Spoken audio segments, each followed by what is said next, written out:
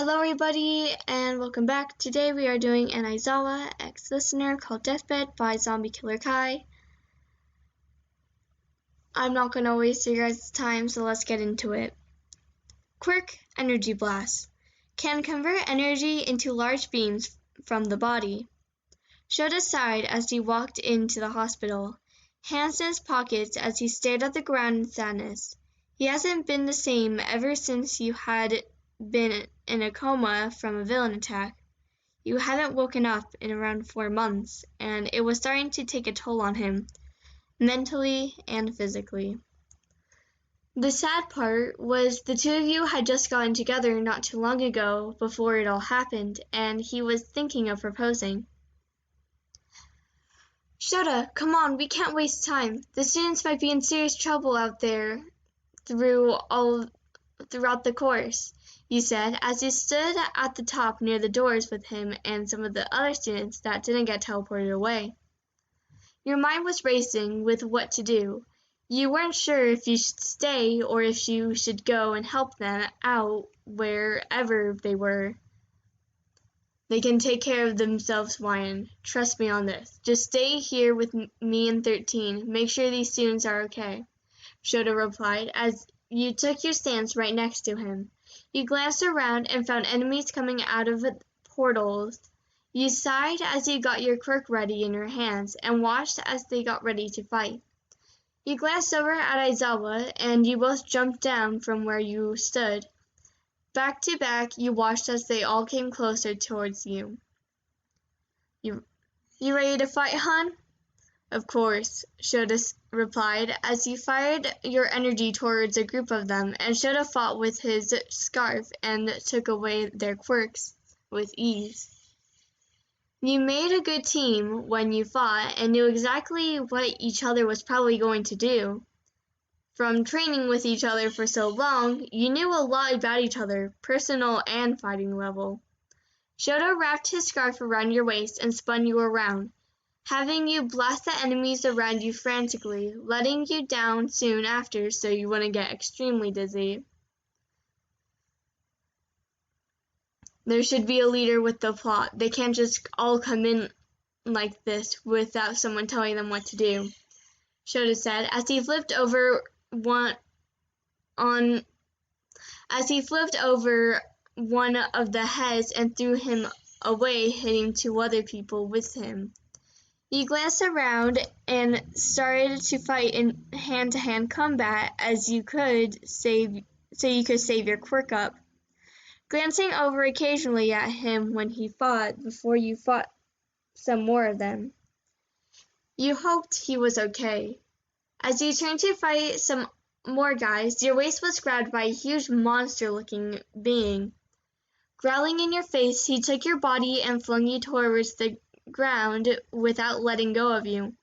You held your arm out and blasted the being in the face twice, yet it wouldn't let go no matter how wounded it was. Let her go, Shota yelled as he tried to pull you away with the scarf, giving you a chance to blast him in the face yet again, but there was no saving you from the being. Its grip shifted from your waist to your arms, throwing you against the hard cement with a loud thud. Everything was starting to go black in your vision. You couldn't move your arms from him holding you, but you could still use your eyes. You chose not to because it made your vision blurry for a while afterward, but you had to get out. You fired at him one last time and felt his grip loosen off of you. You could hear its whimpers as it held its face. You forgot your eye blasters were more powerful. Wyan, Shota yelled as he tried running over to your body.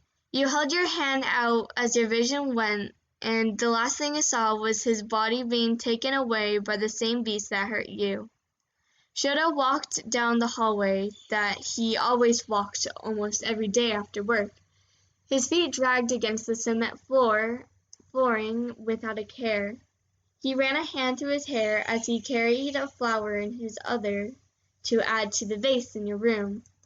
He hated not talking to you, not being able to see your smile every day or how you made jokes around him, and sometimes about him even. He missed every part of you and couldn't stand being without you. Your door opened, and there you were, IVs in your arms and a mask over your mouth to help you breathe. The monitors beeped beside you at a steady pace. Your stomach was still bandaged, and you had a long scar that went over your right eye, possibly causing blindness to your eye. He sighed as he sat on the chair near to your bed, placing the flower in your vase before sitting down next to you. He sighed as he ran his hand over your cheek and removed some hair from your face, smiling weakly as his hand traveled down to yours and held it in his grasp. Hello, my short circuit. It's been 4 months since the accident. I miss you so goddamn much, it's unbelievable. Things are going fine at the school so far. The kids are going to get their hero license soon, so I guess that's great progress. The kids ask about you almost every week. They miss you too. They always ask when you're going to wake up. Wyan, if you can hear me, I love you, and I can't stand living without you. It's been really rough, and I know I have said this a lot when I'm here. I just want you to be okay and for you to wake up already. Shota said as he pecked your hand, resting his forehead against it with a long sigh. I just want to hear your voice again, even if it is to criticize me about being emotional. After losing Shirakumo back in high school, as you remember, I can't afford losing you too. It would be too much for me to handle. You know how bad I got after his death. He did take care of me for some, after all. Shota sighed as he glanced out the window at the sun setting, knowing that he would have to get home very soon. I just wish I could have been in your place to protect you. Shota, can I have a moment to speak with you? It won't cut into your time with Miss Ellen. The doctor asked, standing outside your room. Shota sighed as he sat up from his chair and walked over towards him stubbornly, crossing his arms lightly.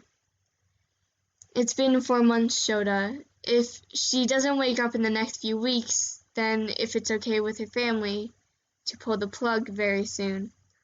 I'll wait as long as possible, but you need to make a decision very soon. She's going to wake up, Doc. I know she is, no matter what you fucking say. She will wake up. She will. I just know it. The doctor sighed and placed his hand on Aizawa's shoulder. That's what I'm hoping for too. My daughter looks up to her after all. It would break her heart and mine to see her go so soon. The doctor turned and made his way down the hallway quickly to tend to other patients. Shota sighed as he looked down to his feet, feeling tears slowly slip down his cheeks. He wiped them quickly and choked on his own sobbing. He couldn't show weakness, not here. As Shota turned to his heel and walked a few steps in, his eyes went wide. There you were, sitting up in your bed, with a terrified look on your face, as you tried to rip out your IVs. Your eyes slowly went to him, and they filled with tears. You tried to speak, but it only came out as a whimper.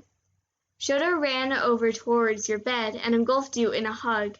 You sobbed into his chest as he rocked you back and forth. You're okay now, Wyan. You're in the hospital, Shota said as he cupped your cheek, removing hair out of your eyes to see them shining. Shota, why can't I see anything out of my right eye? How long have I been out? I heard you talking a few times, yet I can't remember how long it's been.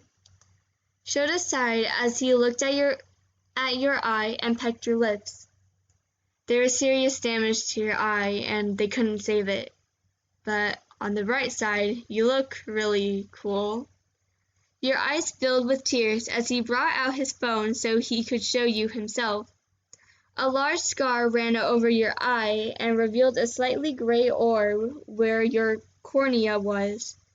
You sighed and only hugged him tighter. Feeling him peck your cheek, you were still the same, nothing different, just a scar. You've been out for 4 months, my dear. I'm so glad you're back, though. I bet you'll be out in around a week, maybe less because of testing and such. The kids will be happy to hear from you. They will probably come to see you when I tell them tomorrow. I would love to see them again after that long. I miss you too, Shota. I see you have a scar from the battle too. Your hand ran over to his cheek and felt his scar. He only smiled as he placed his hand on top of yours. In my eyes, you look just, maybe even more beautiful from before because of your scar. It shows you have his story to tell, my dear. I love you so much. I love you too. Now come lay with me here. I know you haven't slept at all since my coma started. I know you, so no buts.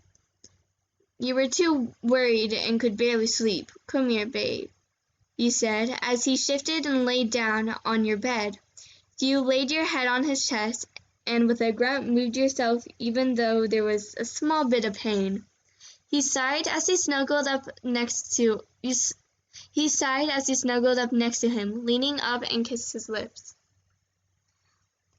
I miss you so much, Shota. I miss you too, Lion. That was the Aizawa ex-listener Deathbed. I hope you all enjoyed. Yeah, sorry for my bird in the background. Ugh, I thought that my bird was going to be quiet and then started screaming. So, sorry about that. Anyway, I hope you all enjoy, and I'll see you all next time. Bye!